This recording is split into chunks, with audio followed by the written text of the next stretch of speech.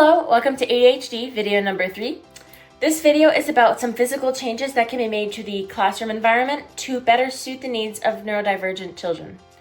So, the environment plays a large factor in the difficulties that these students go through, and also the adjustments can better help neurotypical students, meaning these suggestions can help everyone, which is pretty cool. It can help all students succeed more and help them focus on their assignments and the teacher's lectures.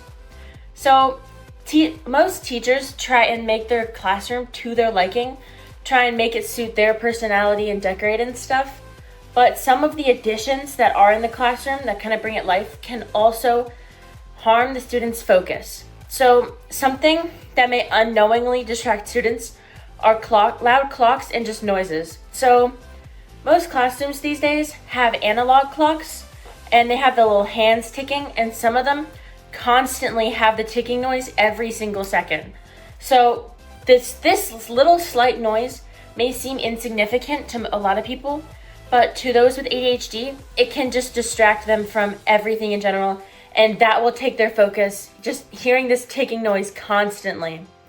So students will not be able to focus on anything else. In addition to this, loud noises are distracting. Just having a bunch of students talking and shuffling can just take their mind away from what they're supposed to be focusing on. So lessening this noise can be very beneficial. If the classroom does seem to be too quiet, which can be the case if students are behaving really well and they're not talking or like shuffling and everything, the classroom can seem too quiet. A way to remedy this is to have some light instrumental music in the background, maybe like jazz or something like that. That can just provide a little background noise without being fully distracting and loud, right? Loud noises are bad. So also something else that can increase the noise levels are visitors. So kind of monitoring the people that are coming in the classroom can be better. People coming in can just distract the students and increase the noise levels due to their contributions to conversation and just more people shuffling around. So this will tend to take students' eyes away from their assignment or the teacher that is giving the lecture and just focus on this visitor that's talking and stuff like that. They see this new thing enter the classroom and they want to watch it and focus on it, which it obviously makes them do their work slower or just gather less information overall. So another thing is windows, right? Obviously you can't take the window out of a school. You just don't have the ability to do that. So especially if it's on the first floor of a school and you have like a road outside or something like that, and there's just a bunch of cars driving by or classes going outside or just animals and stuff walking by, this can be very distracting. Students will tend to want to watch this and they'll just see the stuff that's going on outside and they will lose their focus and just watch all the stuff that's going on outside. Like, oh, I know that person out there. Or like, look at all the people and the cars and everything. So something that can help with this is by putting up a light curtain.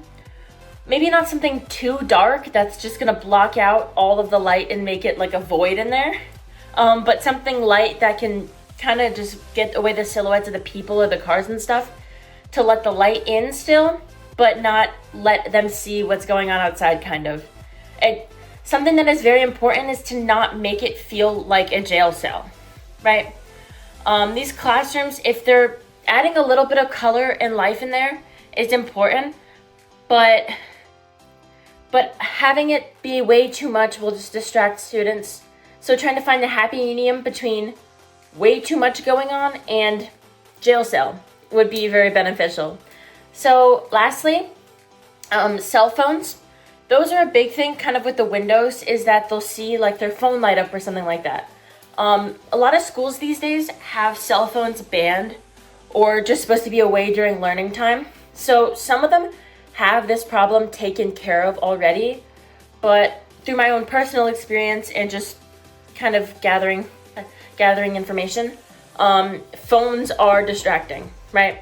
Everyone like feels their phone vibrate, hears it, or just sees it light up, and they tend to want to look at that and just, oh, what's that notification on there? So that can just take away their focus from the teacher or what they're working on, right? So thank you for watching this video. I hope that some of these are actually you could actually implement them into the classroom. And next video will be about some of the more accommodations that can be added into the lesson itself. So thank you.